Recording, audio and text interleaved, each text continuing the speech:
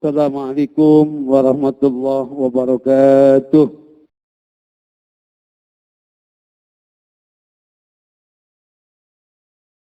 Alhamdulillah. Alhamdulillahilladzi an'ama alaina bi ni'amihil kamilah.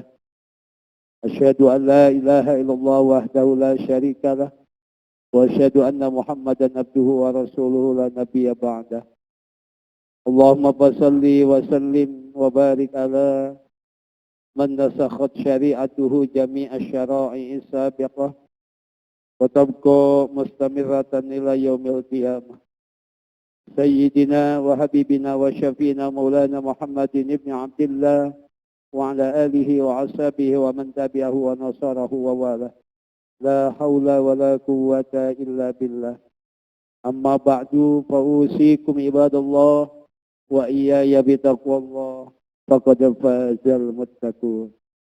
Mukarramun yang terhormat para takmir, pengurus DKM Masjid Jami Al-Ittihad serta jamaah, kemudian rekan-rekan jamaah dari luar GTR, yang dari Serang, yang dari Taman Sari, terutama yang dari Mustika Gandaria, hadirin semuanya, yang semuanya saya hormati, rahimani Allah wa iyyakum ajma'in. Alhamdulillah, walhamdulillah, sumalhamdulillah, puja, puji, dan rasa syukur, mari sama-sama kita panjatkan kehadirat Allah Subhanahu wa Ta'ala, teriring salawat dan salam semoga senantiasa Allah sampaikan selamanya kepada Nabi kita, Paduka Alam, junjunan baginda Nabi besar Muhammad Sallallahu Alaihi Wasallam, beserta keluarganya, para sahabatnya, dan para tabi'in. Baik para jamaah sekalian, melanjutkan kajian fikih kita, kitab Tausyih Syarah Fathul Qaribil Mujib, masih membahas tentang salat Jumat. Bismillahirrahmanirrahim. Qala al-musannif rahimahullah, nafa'ana bihi wa bi ulumihi wa bi ulumi masyayikh wa talamizi kama nafa'a bi aslihi. Allahumma amin ya rabbal alamin. Wa faraiduha, dan adapun fardu-fardu sahnya melaksanakan Jumat,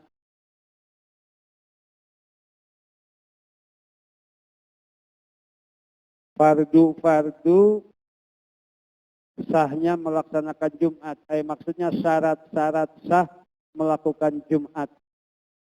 Wa minhum man abara anha bisyurut. Sebagian ulama membuat ibaratnya bukan faraid tapi syurut. Yang dimaksud fardu-fardu ini adalah syarat-syarat. Jadi adapun syarat-syarat sah melaksanakan sholat Jumat, salah satu itu ada 3.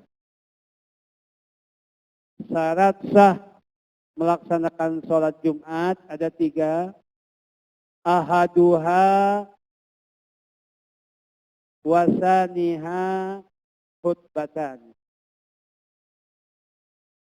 Yang pertama dan sekaligus yang kedua, khutbatani, yaitu 2 khutbah.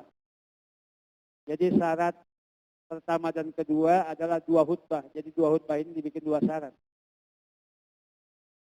Syarat pertama khutbah pertama, syarat kedua berarti khutbah yang kedua. Jadi tidak sah salat Jumat tanpa khutbah Jumat. Karena khutbah Jumat ini hukumnya wajib, berbeda dengan khutbah-khutbah yang lain ya. Qabla sholati ijma'an. Kapan khutbah Jumat tersebut qabla sholati, yaitu sebelum sholat Jumat. Ijma'an, sepakat ulama. Kalau yang lain selain Jumat, khutbahnya adalah bukan sebelum sholat, tapi sesudah sholat. Makanya hukumnya tidak wajib. Yang wajib itu seperti Jumat, khutbahnya adalah sebelum sholat. Kalau Idul Fitri, Idul Adha, Istisqa, sholat gerhana, itu khutbahnya setelah sholat. Makanya kalau Idul Fitri atau yang lainnya pas khutbah banyak yang pada bubar. Kalau sholat Jumat didahuluin, nggak bakal ada yang bubar. Karena belum Jumatan. Bubar enggak, paling tidur ya.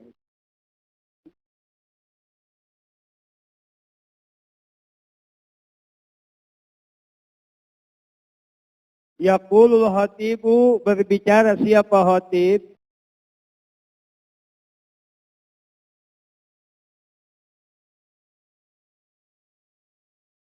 Idza kana qadiran alal qiyam. Bukan yaqulu, yaqumu berarti. Misalnya di sini yaqulu. Yaqumu, berdiri siapa al-khatibu khatib? Salah cetak. Berdiri khatibnya idza kana qadiran alal qiyam. Apabila khatibnya mampu untuk berdiri. Kalau di kita khotibnya udah nggak bisa berdiri, pasti diganti. Ini mungkin khotibnya cuma satu-satunya yang bisa khotib, sakit lagi, nggak bisa berdiri. Jadi dia dipaksa tetap jadi khotib daripada Jumatan nggak jadi. Nah kalau itu nggak apa-apa, tapi kalau yang sehat wajib berdiri. Fihima di dalam dua khutbah tadi. Khutbah pertama berdiri, khutbah kedua berdiri. Fa'in ajaza, jalasa. Tapi kalau memang nggak mampu, nggak bisa berdiri, khotibnya, maka tidak apa-apa duduk. Tidak apa-apa duduk. Fa'in ajaja itoja'a. Kalau tidak bisa duduk, khotibnya sambil berbaring. Waduh, parah benar ini khotib. Sambil berbaring ya. Alhamdulillah. Ini yang sehat-sehat nggak bisa jadi khotib. Memang jadi khotib itu mudah-mudah gampang. Gampang-gampang mudah. Dibilang gampang-gampang mudah ya. Mudah-mudah gampang sama juga ya. Mudah-mudah sulit, sulit-sulit mudah gitu ya. Iya.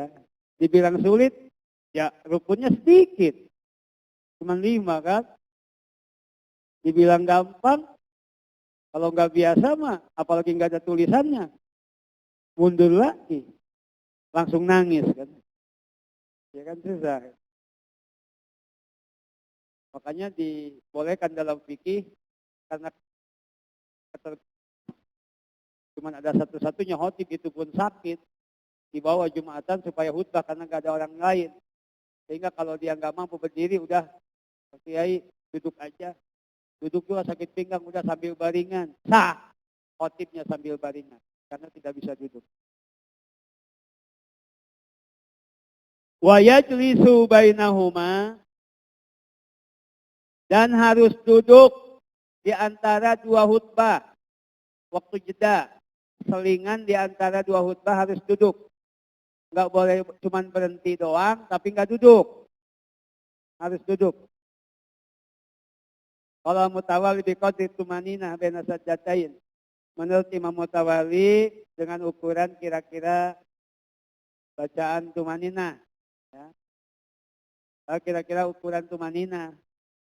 Sukunun ba'da harakatin bahaya yastakiru kullu udwin mahallaha biqadri subhanallah kan. Tumanina itu adalah diam sebentar. Kalau dalam melakukan rukun sholat itu, kalau sujud ruku, itidal, kira-kira sudah diam sebentar anggota tubuh selama bacaan membaca subhanallah sebentar. Wa yusanu ayyakuna julus biqadri suratil ikhlas. Dan disunatkan duduk khotib itu ukuran sekira-kira baca surat al-ikhlas. Jadi khotib itu ukurannya baca surat al-ikhlas. Bukan cuma ukuran baca subhanallah doang, kecepatan ya. Wa yaqra'a fihi, dan memang sunat dibaca. Jadi kalau pengen tahu ukurannya surat Al-Ikhlas berapa lama, khotib bukan hanya ngitung doang, tapi sambil dibaca. Nih yang suka jadi khotib, kalau duduk itu baca surat Al-Ikhlas. Ya. Baca surat Al-Ikhlas di antara dua khutbah. Jangan diam aja. Itu yang diperintahkan ya.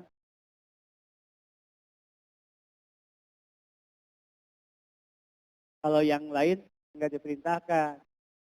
Kayak Bilal ya. Allahumma salli ala Sayyidina Muhammad wa ala Sayyidina Muhammad. Ya tidak diperintahkan sebenarnya. Yang diperintahkan mengimam baca surat Al-Ikhlas. Tapi enggak apa-apa. Supaya yang lagi tidur pada bangun, ini udah kedua.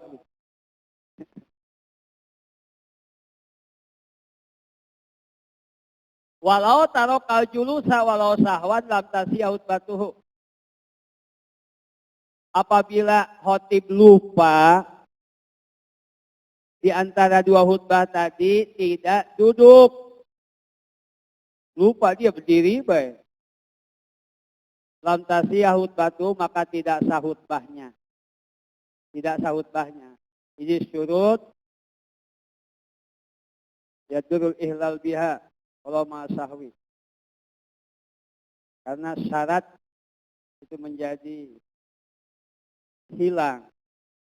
Dua khutbahnya itu menjadi hilang karena dia tidak duduk, dihitung satu khutbah. Kalau dia tidak duduk. Walaupun itu sebab lupa. Walau ajaja anil qiyami,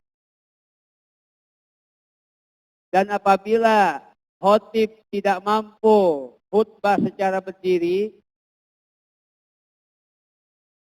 wa khotaba qa'idan aw mubtadi'an, kemudian dia khutbah dengan duduk atau dengan berbaring,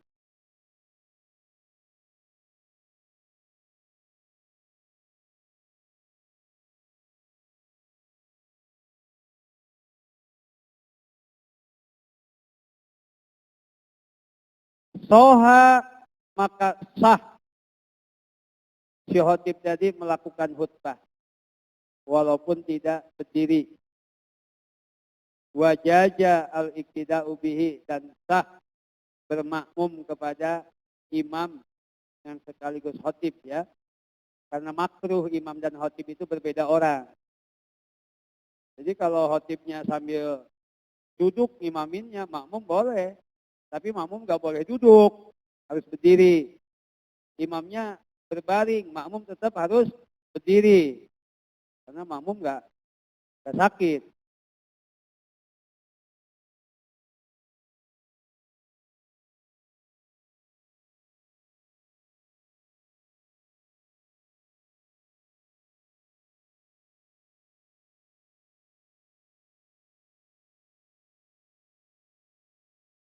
Wahai su khotbah qaidah, dan ketika khotib itu khutbahnya dengan posisi duduk, diudzin karena udur gitu ya, atau mujtajian, berbaring, atau mustalqiyan atau terlentang, atau khotbah qaiman walam yaqdir ala julus, atau dia khutbahnya berdiri tapi duduk nggak bisa. Ada juga nih. Tadi mah nggak bisa berdiri, bisanya duduk. Ini mah bisanya berdiri doang, tapi nggak bisa duduk. Bagaimana cara memisahkan dua khutbah tadi? Fasola bainal khutbataini bisaktatin wujuban. Maka wajib memisahkan antara dua khutbah tadi dengan diam. Diam wajib di atas satu tarikan nafas. Jadi imamnya ini khutbahnya duduk, maka selingan atau pemisah di antara dua khutbahnya diam. Bukannya berdiri, kalau punya berdiri berarti dia bisa berdiri. Bukannya berbaring, bukan. Diam aja. Atau khotibnya juga posisinya nggak bisa duduk tapi bisanya berbaring. atau telentang, maka dia memisahkan dua khutbahnya dengan diam. Sabda barakallahu li wa lakum fil Qur'anil azim wa nafa'ana bi wa iyyakum bi ayati wa ayatin wa qiratil warham wa anta khairur rahimin. Diam aja dia udah. Berarti itu memisahkan. Kalau memang dia orangnya jujur ya, tidak bisa berdiri. Demikian pula orang yang bisa berdiri, tapi dia nggak bisa duduk. Seharusnya kan bisa dipisah dengan duduk kalau yang normal. Ini mungkin asam urat parah atau kolesterol apa, nggak bisa duduk, bisanya berdiri aja khutbahnya. Maka memisahkannya dengan diam. Memisahkannya dengan diam, berdiri aja begini. Diam udah. Karena dia duduk nggak bisa duduk. Umpamanya terjadi seperti itu. La bijtijain, bukan dengan berbaring. Wah, kalau khotibnya nggak kuat berdiri, kan duduk. Berarti memisahkan dua khutbahnya itu dengan baringan dong. Enggak. Dengan diam aja. Diam aja, nggak usah baringan. Duduk aja di posisi semula. Cukup diam, nggak usah merubah posisi dengan tiduran. Itulah di antara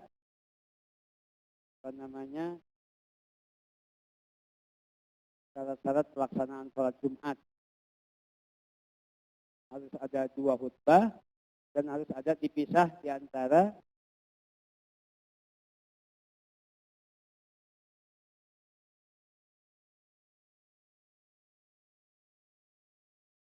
dua khutbah tadi.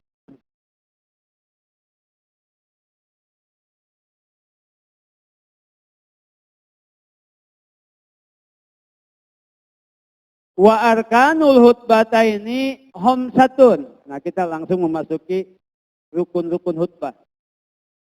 Wa arkanul khutbataini, dan adapun rukun-rukun dua khutbah khamsatun itu ada 5.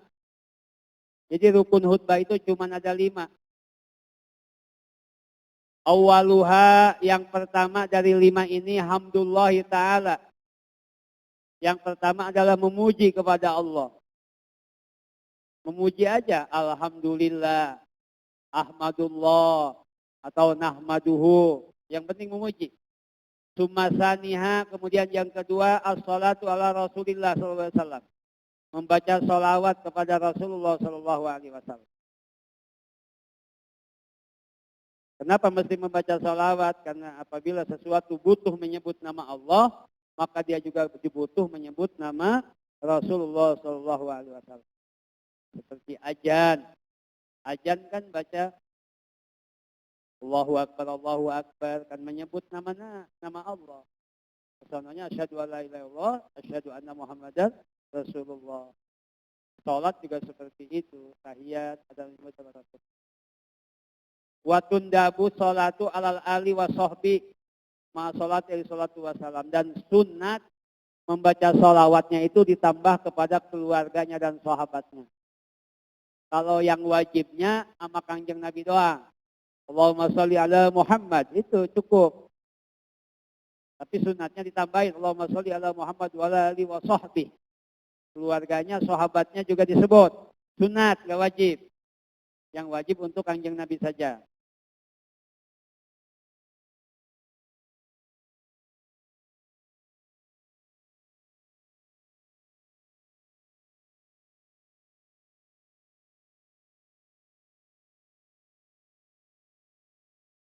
Walabzuhuma muta'ayyinun atau muta'ayyanun, dan lafaz keduanya, lafaz Allah, lafaz muji syukur, puji dan sholawat muta'ayyanun itu ditentukan.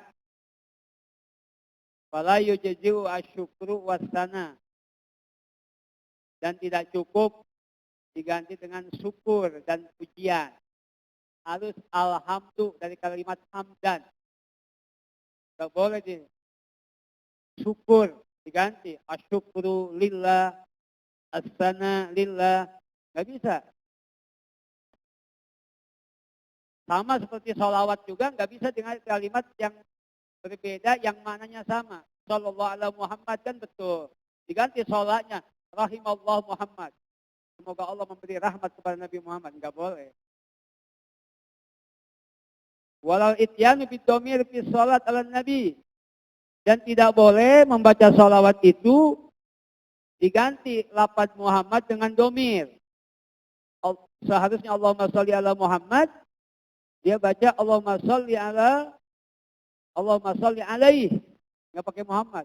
Allahumma sholli alaihi wa sahbihi. Enggak boleh, harus ada sebutan Muhammadnya.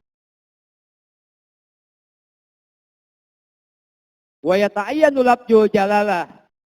Dan juga mesti ditentukan labju jalalah. Lafaz Allahnya enggak boleh dirubah dengan sifat Asmaul Husna yang lain, Ar-Rahman Ar-Rahim.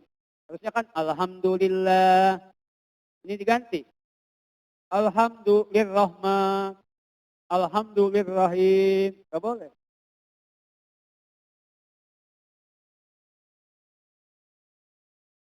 Wala yata'ayyanu labdu Muhammadin. Kendati lafaz Muhammad itu tidak boleh diganti oleh domir, oleh kata tunjuk apa kata ganti. Allahumma sholli alaihi, enggak boleh.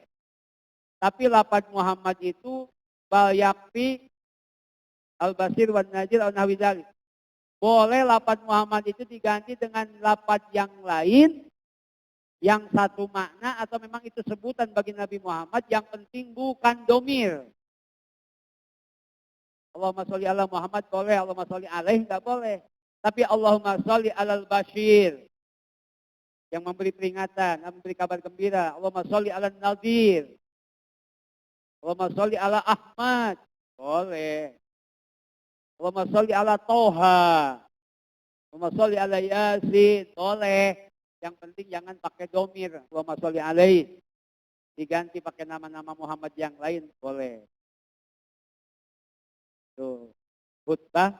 Rukun khutbah yang kedua, membaca sholawat kepada Nabi. Suma salisuha, kemudian yang ketiga, rukun khutbah yang ketiga, al-wasiyatu bittaqwa. Adalah wasiat tentang takwa. Imtisalu awamirillah wa jinabu manahi. Wasiat melaksanakan perintah-perintah Allah dan menjauhi larangan-larangannya. Wala yata'ayyanu labduha dan wala yuta'ayyanu labduha dan tidak ditentukan lafaz wasiat ini. Al-sahih menurut kau yang lebih sahih. Di anna gordoha al-wa'du, karena tujuan wasiat takwa ini adalah nasihat. Wa huwa hasilun bi ghairi labdiha. Dan ini juga hasil wasiat takwa ini dengan nasihat yang walaupun nasihat tersebut tidak disebutkan kalimat takwanya. Boleh. Fayakfi atiullah. Ya. Fayakfi cukup mengucapkan kalimat atiullah. Umpamanya kan, ini kan udah yang ketiga nih ya. Yang pertama, puji syukur. Alhamdulillah. Kan? Wassalatu wassalamu ala rasulillah. Atau Muhammad ibn Abdillah. Alhamdulillah. Allahumma salli ala Muhammad. Wa ala alihi wa sahbihi. Usikum. Ibadallah. Atiullah. Tidak disebutkan usikum bitaqwallah. Tapi usikum bita'atillah. Gak apa-apa, boleh. Jadi walaupun tujuannya ini nama rukun khutbahnya wasiat takwa, bukan berarti harus ada kalimat takwa yang disebut. Yang penting isinya nasihat untuk taat kepada Allah. Itu aja. Jadi gampang. Alhamdulillah. Allahumma sholli ala Muhammadin wa ala alihi wa sahbihi. Atiullah. Udah selesai 3 tuh. Dan ketiga-tiganya wal arkanus salasah arkanun fi kulli minal khutbatain. Tiga-tiganya rukun khutbah ini tidak boleh tertinggal di 2 khutbah. Baik khutbah pertama maupun khutbah kedua. Di khutbah pertama 3 ini mesti ke bawah. Di khutbah yang kedua pun ketiga ini muji syukur, sholawat dan wasiat takwa tidak boleh ada yang tertinggal satupun. Nah, yang 3 ini. Nah yang keempat, yang kelima dibagi nanti. Warabiuha, dan yang keempat rukun khutbah, qiraatu ayatin mubhimatin, adalah membaca ayat yang memberikan pemahaman. Maknan maksudan, akan makna yang dituju. Fi ihdahuma, di dalam salah satu 2 khutbah tadi. Nah, membaca ayat Al-Quran, ini juga rukun khutbah. Cuman dikasih pilihan. Boleh atau di khutbah pertama, boleh di khutbah yang kedua. Ya, boleh di dua-duanya. Yang penting ada ayat yang dibaca. Ya, yang penting ada ayat yang dibaca. Alhamdulillah. Wassalatu wassalamu ala rasulillah wa alihi wa sahbihi. Atiullah atau ittaqullah. Qul huwallahu ahad, Allahu samad. Qul huwallahu ahad. Udah, satu ayat kebaca. So, iyyaka na'budu wa iyyaka nasta'in. Ya. Boleh di khutbah pertama, boleh di khutbah kedua. Wa yusanu ja'luha fil ula ba'da firaqiha. Disunatkan di khutbah yang pertama, bukan wajib ya. Wajibnya itu di salah satu khutbah, tapi sunat dijadikan ini, baca ayat Quran ini di khutbah yang pertama. Setelah selesai rukun khutbah yang 3 tadi.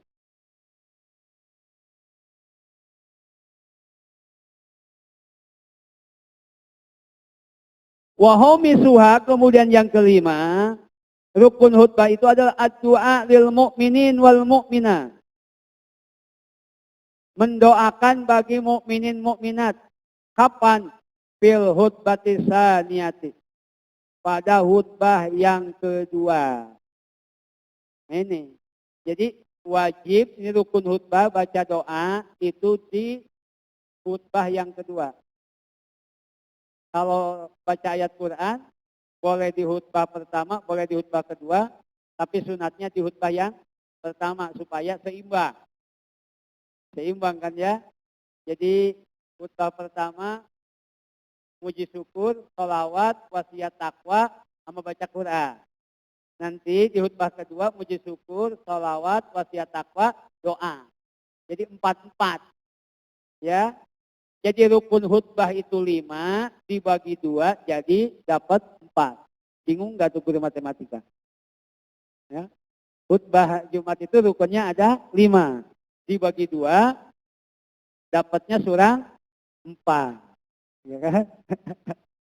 Kenapa? Karena baca ayat Quran dimasukin ke khutbah yang pertama, doa dimasukin di khutbah yang kedua. Bi'uhrawiyin. Dan wajib doanya itu yang sifatnya keakhiratan. Allahumma ighfir lil mu'minin wal mu'minat. Begitu. Ya Allah ampuni. Enggak boleh urusan dunia. Allahumma agnihim. Allahumma atihim. Ulusan kasiratan, ya Allah berilah mukminin mukminat uang yang banyak. Enggak boleh. Enggak sah. Harus yang sifatnya ukhrawi.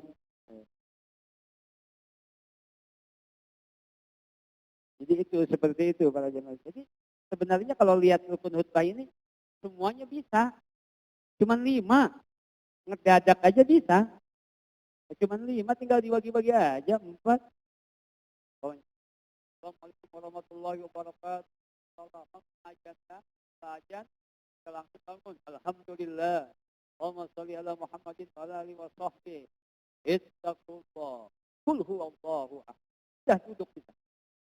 Sudah selesai khutbah pertama. Iya kan? Bangun lagi. Alhamdulillahi rabbil alamin. Panjangan dikit kayak alamin. Iya. Salatu wassalamu ala Muhammadin wa ala alihi wa sahbihi ajmain. Ittaqullah. Allahumma ighfir lil mu'minin wal mu'minat. Langsung selesai duduk. Komat. Selesai. Bisa kan? Coba begitu. Ini hoti begini dikasih kapalah jangan ini. Kasih ongkos jangan. Iya. Min fikhir rajuli qasru khutbatihi wa tulu sholati, kata Nabi. Tanda fakihnya atau alimnya seseorang itu khutbahnya pendek, sholatnya lama. Kalau di kita khutbah sama sholat lamaan mana biasanya?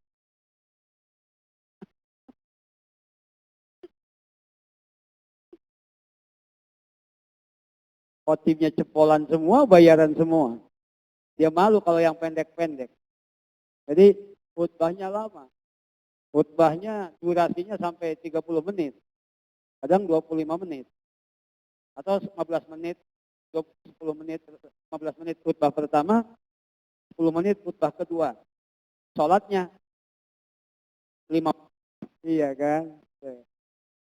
Inilah perbedaan lah itu. Tapi sama di Masjidil Haram di Madinah juga sama sekarang begitu. Entah kenapa gitu nggak di apa namanya, nggak disamakan persepsi semuanya bahwa kalau khutbah itu sebentar, kalau sholat itu lama. Itu sekarang yang terbentuk yang ada justru khutbahnya pada lama, sholatnya pada sebentar. Dan jamaah juga rata-rata udah terlanjur nyaman seperti itu. Seolah-olah kalau khutbah itu wajib dipahami. Padahal nanti ada syarat-syaratnya.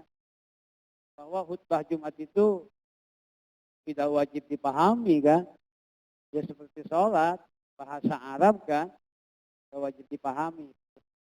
Cuman karena memang kadang orang itu banyak yang suka nggak ikut pengajian. Karena nggak ikut pengajian jarang dapat nasihat. Sekalian dapat nasihat, dapatnya dari aplikasi-aplikasi di handphone. Dari TikTok, snack video, dari Kokovan, dari Hello, dari apa. Dapat nasihatnya yang begitu. Jarang ikut ngaji. Makanya dimanfaatin khutbah-khutbah Jumat itu seperti ngaji. Dikasih materi. Gitu ya. Ada temanya. Saya sering kalau khutbah Jumat itu sebelum naik dikasih tema. Kayak maulidan aja dikasih tema. Iya, kalau mau khutbah Jumat, Pak ini temanya Pak. Ngasih tema, mendadak pas mau naik. Kalau orang bukan ahlinya mah, belagapan ngomong apa ini temanya dikasih kadang sebelum mau naik khutbah. Kan seperti itu kalau nggak biasa. Nah, kalau nggak biasa mah jangankan yang pakai tema begitu.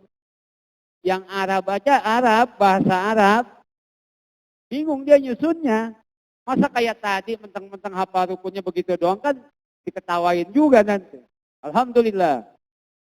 Allahumma sholli ala Muhammadin wa ala alihi wa sahbihi. Ittaqullah, qul huwallahu ahad. Duduk dia langsung. Kan diketawain ke jamaah, bisa-bisa enggak ada yang tidur jamaah. Bangun lagi. Hamdan wa syukra lillah. Usolli wa sallim ala Muhammadin wa ala alihi wa sahbihi. Ittaqullah, maghfir lil mu'minin wal mu'minat. Al-ahya'i minhum wal amwat. Langsung duduk, komat. Langsung. Kan diketawain ya. Jadi kalau memang nggak biasa mah, nggak ada buku, nggak ada teks, nggak ada handphone, nggak ada teksnya, bingung, nggak ada. Bingung kalau nggak biasa apapun ya, nggak bakal siap. Ustadz aja yang tukang ceramah kadang kalau nggak biasa, nggak pakai teks, bingung dia. Pernah saya ngalamin, Ustadz mau khutbah Jumat kagak jadi, turun. Karena tulisan yang biasa ada di meja podium nggak ada, hilang. Dia kan ngandelin itu dari rumah nggak bawa, pas cari-cari nggak ada. Lihat ada saya, dipanggil saya. Gantiin, teknya nggak ada. Saya yang nanya. Untung pas saya Jumatan di situ, kalau nggak ada, bubar itu Jumatan. Iya, kalau kita kan udah biasa. Emang khutbah pertama aja. Nggak pernah pakai teks, pertama khutbah itu. Pertama khutbah saya Idul Fitri, bukan Jumat. Gitu ya. Waktu masih bujangan. Gitu. Ya, nggak pakai teks gitu ya. Tuh. Ini para jamaah sekalian. Jadi gampang sebenarnya khutbah Jumat itu.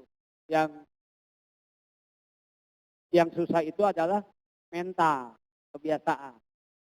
Iya kalau mental nggak ada, walaupun pinter nggak bisa.